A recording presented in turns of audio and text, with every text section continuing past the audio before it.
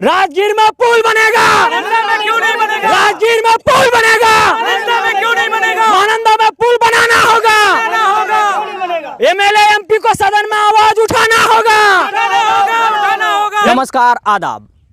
अभी हम मौजूद हैं सिल्ला घाट और अभयपुर घाट के बीच में। तो वो दिन दूर नहीं जब हम लोग जेल भरो आंदोलन और NH-31 रोको आंदोलन, बस रोको आंदोलन, तमाम तरह आंदोलन से गुजरने के लिए तैयार हो जाए। क्या परिचय हुआ आपका?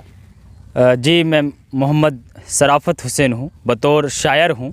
लगता है कि ये पुल बन जाएगा? हाँ, लगता है कि पुल बन जाएगा। हमको तो नहीं लगता है कि पुल बनेगा। आश्वासन तो दिया है, लड़ाई लड़ेंगे, अगर नहीं बनेगा आपको लगता है कि ये पुल बन जाएगा? नहीं, पुल बन जाएगा। सरवन भाई, आपने समाज के लोगों के मुद्दे को दिखाने का कोशिश किया और आपको जैसे ही मैंने कहा कि आपको समाज के मुद्दे को उठाना है तो आप आए। क्या कहना चाहते हैं? यहाँ आप लोग आए हैं ये नदी के किनारे में और यहाँ पे बहुत सारे लोग भी हैं, किस मकसद से आए हैं? सरे मिंबर वो ख्वाबों के महल तामीर करते हैं, सरे मिंबर वो ख्वाबों के महल तामीर करते हैं, इलाजे गम नहीं करते फ़कत तकरीर करते हैं। हमारी शायरी में दिल धड़कता है ज़माने का, जो हम महसूस करते हैं वही तहरीर करते हैं। इनके लिए थोड़ा ताली बजा दीजिए। बहुत बढ़िया। पूरे हिंदुस्तान में अगर सबसे ज़्यादा पिछड़ा कहा जाए तो वो बिहार में है, इसमें कोई दो राय नहीं। और बिहार में सीमांचल, इसमें कोई दो राय नहीं। और सीमांचल में सबसे ज़्यादा अमौर और अमौर में सबसे ज़्यादा बैसा प्रखंड। आप चल के आए, रोडों का व्यवस्था देखी आपने, किस कदर आपको कठिनाई हुई, दिक्कत हुई। आज हम लोग यहाँ इसलिए यहाँ पर खड़ा हैं कि यहाँ के जो विधायक अख्तरुल ईमान साहब हैं, उन्होंने बेबाकी से विधानसभा में आवाज़ उठाई कि महानंदा पर पुल होनी चाहिए, महानंदा पर पुल होनी चाहिए। तो तेजस्वी जी ने भी ये ऐलान 200 करोड़ का ऐलान किया कि 200 करोड़ की लागत से महानंदा पर पुल बनेगा। तो आखिर ये आश्वासन से काम नहीं चलेगा। जमीनी महानंदा में पुल बनेगी, महानंदा में बहुत जगह है, कौन सा जगह में पुल बनने की बात कर रहे हैं? महानंदा में पुल, ये आखिर यही तो महानंदा में हम लोग जहाँ हैं, यहाँ से 35 किलोमीटर दूर अगर आप दक्षिण छोड़ जाते हैं तो डंगरा है। हाँ। और यहाँ से अगर उत्तर छोड़ अगर फिर 35 किलोमीटर जाते हैं तो फिर मोजाबाड़ी है। तो 20 सेंटर यहीं पड़ता है। यहाँ के लाखों वाली आबादी है, यहाँ लाखों लोगों की लाइफलाइन है, गरीब लोग हैं। गरीबी का आलम यह है, पुल नहीं होने के कारण पानी बगैर जिस तरह एक मछली तड़पती है, उसी तरह से इस इलाके के लोग तड़पते हैं। अनाज को उगाते हैं, कानकी या दलकोला में एक बड़ी मंडी लगती है, वो आसानी हो जाएगी अगर यहाँ पर ब्रिज हो जाता है। तेजस्वी जी ने ये ऐलान किया है, बहुत खुशी हुई हम लोगों को, लेकिन वो ज़मीनी स्तर पर कब उतरेगा? यहाँ पर पुल चाहिए तो पुल चाहिए। ये तो बहुत छोटी लड़ाई है, अभी आगाज़ हुआ है। ये बहुत बड़ी लड़ाई के रूप में एक बहुत बड़ा आंदोलन भी करेंगे और यहाँ पर पुल तामीर करवाना होगा। अगर आप नालंदा ले लीजिए, मिथिलांचल ले लीजिए, करोड़ों लागत से सरकार वहाँ पर पुल बनवा रहे हैं, रोडें बनवा रहे हैं, लेकिन आखिर सीमांचल की तरफ उनका क्यों ध्यान नहीं है? सीमांचल को आप क्यों बाइकआउट करते हैं? मैं सीमांचल के उन तमाम तर लोगों से कहना चाहूँगा, कनफलिया पंचायत के लोगों से, आसजा के लोगों से, दुश्मल पंचायत के लोगों से, सिरसी के लोगों से, कि आप पिछड़ा इसलिए रह गए क्योंकि आप अब तक आवाज़ नहीं बुलंद किए। अब तक अगर आप आवाज़ बुलंद किए होते तो शायद बहुत बेदारी आई होती। इसलिए कभी किसी शायर ने कहा कि ज़िंदा रहना है तो हर सांस हुकूमत से ना मांग, जिंदा रहना है तो हर सांस हुकूमत से ना मांग, असल मुंसिफ खुदा रहम अदालत से ना मांग। जिंदगी अगर भीख है तो ना मिलना बेहतर, और अगर हक है तो फिर इतनी शराफत से ना मांग। इस दौर में आपको बोलना पड़ेगा, बच्चा जब तक रोता नहीं माँ दूध नहीं पिलाती। तो इसीलिए इस इलाके के लोग भूखे हैं, इस इलाके के लोग गरीब भी हैं। अभयपुर और सिल्ला के बीच पुल का ऐलान हुआ है, उसी के लिए आए हैं हम लोग।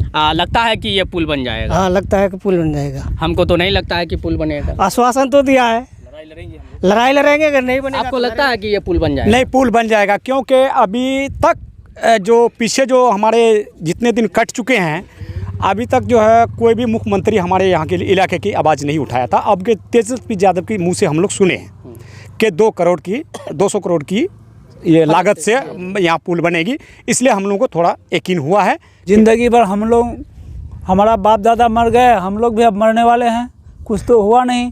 आज जैसा कि आप बोलते हैं, वो बोला कि अख्तरुल ईमान साहब बोले करेंगे, तो देखें क्या करता है। आपको लगता है कि बन जाएगा यहाँ पुल जिस मकसद से? हमको तो नहीं लगता है कि ऐसा तो हमको भी नहीं लगता है कि यहाँ पुल बनेगा।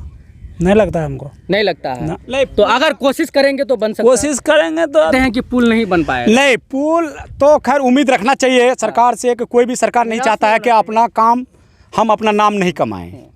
अगर नहीं होगा तो फिर हम लोग आगे के लिए फिर सोचेंगे। 2024 में इलेक्शन भी है और सारे नेता लोग आता है, सब भरोसा दे के गया है। अब देखते गए बहुत सारी बात, लेकिन बात हम लोगों को आगे तक नहीं पहुंच रहा था। चलिए, इनका कहना है कि तेजस्वी यादव अगर पुल नहीं बनाती है, उन्होंने ऐलान किया है कि यहाँ पुल बनना चाहिए। अब इनका कहना है कि अगर पुल नहीं बनाते हैं, सामने में चुनाव आते हैं, सिर्फ जिम्मेदार तेजस्वी यादव नहीं है, हमारे यहाँ के जो लीडर है, सीमांचल के लीडर है, उनका जिम्मेदार वो भी है। इनका जिम्मेदार अब्दुल जलील मस्तान भी है, इनका जिम्मेदार अख्तरुल इमाम साहब भी है, इनका जिम्मेदार डॉक्टर जावेद साहब भी हैं। ये तमाम लोग इनका जिम्मेदार है, चाहे वो खारी पुल हो, चाहे रसीली पुल हो, चाहे परापुरिया पुल हो। आगे आना पड़ेगा, इन लोग को हिस्सा लेना पड़ेगा, इसमें बात करना होगा, इन लोग के लिए जो है आवाज़ उठाना पड़ेगा। अगर आप आवाज़ नहीं उठाएंगे तो कौन आवाज़ उठाएंगे? आप लोग को सामने में आना होगा, इनका आवाज़ आप लोग को बनना होगा, नहीं तो इनका कहना है कि सामने में चुनाव आ रहे हैं। अब इनका मतलब आप खुद ही जानते हैं। ये लोग विधायक जी के साथ सर्वे किए थे, तो विभाग आई थी पटना से, यहाँ आई थी, हाँ, विभाग आए थी सर्वे के लिए। एक सर्वे आपको यहाँ आगे किया था। आप सभी को ये जान के खुशी होगी कि आप लोग अगर सोचेंगे कि आजा और अभयपुर के बीच में जो पुल की जो चर्चा हो रही है, कहीं ना कहीं ये बकवास है, फालतू है। लेकिन इन लोग का कहना है कि यहाँ पे सरकारी विभाग आई थी, जांच करने आई थी, यहाँ का जांच हुई है। चलिए इनसे सुनते हैं। यहाँ सर्वे हुई थी, सर्वे होने के बाद उसके बाद फिर 2 जगह, क्योंकि कभी भी कोई भी कंपनी या कोई भी सरकार अगर जब काम करती है तो 2 जगह उनको सर्वे करना पड़ता है। तो एक सर्वे यहाँ किया था सिल्ला घाट के सामने में, एक सर्वे किया था अभयपुर घाट में। उसके बाद सर्वे करने के बाद चला गया, उसके बाद 3-4 रोज बाद फिर आया, तो उसमें नंबर सरपंच साहब का और अनवर उप मुखिया का नंबर दे दिया था। विभाग उन दोनों को फ़ोन किया, फिर आकर के सर्वे किया, वहाँ का मिट्टी भी लेके गया, सारा प्रपोजल हो गया। ऐसा तो नहीं कि ये जो है इलेक्शन के टाइम में इलेक्शन का मुद्दा को लेके जो है वो बोल दिया था कि 200 करोड़ का पुल वहाँ पे फंड देगी? नहीं, सरकार ने जब निर्णय लिया है कि महानंदा में 200 करोड़ का लागत से जो पुल बनने वाला है, तो वो निश्चित ही बनेगा। और हम चाहते हैं कि जल्द से जल्द। और यहाँ के ग्रामीण लोग बोलते हैं कि यहाँ जांच भी करने के लिए आए थे। जी, कि कितने बार जांच करने के लिए आए हैं, बहुतों बार आए हैं। तो हम लोगों को उम्मीद भी है और भरोसा भी है कि जल्द से जल्द महानंदा में हम लोगों का पुल बनेगा। ये इनकलाबी नारा है कि सीमांचल में पुल बनाना होगा, सीमांचल में पुल बनाना होगा, महानंदा में पुल बनाना होगा, राजगीर में पुल बनेगा, महानंदा में क्यों नहीं बनेगा? राजगीर में पुल बनेगा, महानंदा में क्यों नहीं बनेगा? राजगीर में पुल बनेगा, महानंदा में क्यों नहीं बनेगा? महानंदा में पुल बनाना होगा। एमएलए एमपी को सदन में आवाज उठाना होगा, एमएलए एमपी को सदन में आवाज उठाना होगा, महानंदा में पुल बनाना होगा।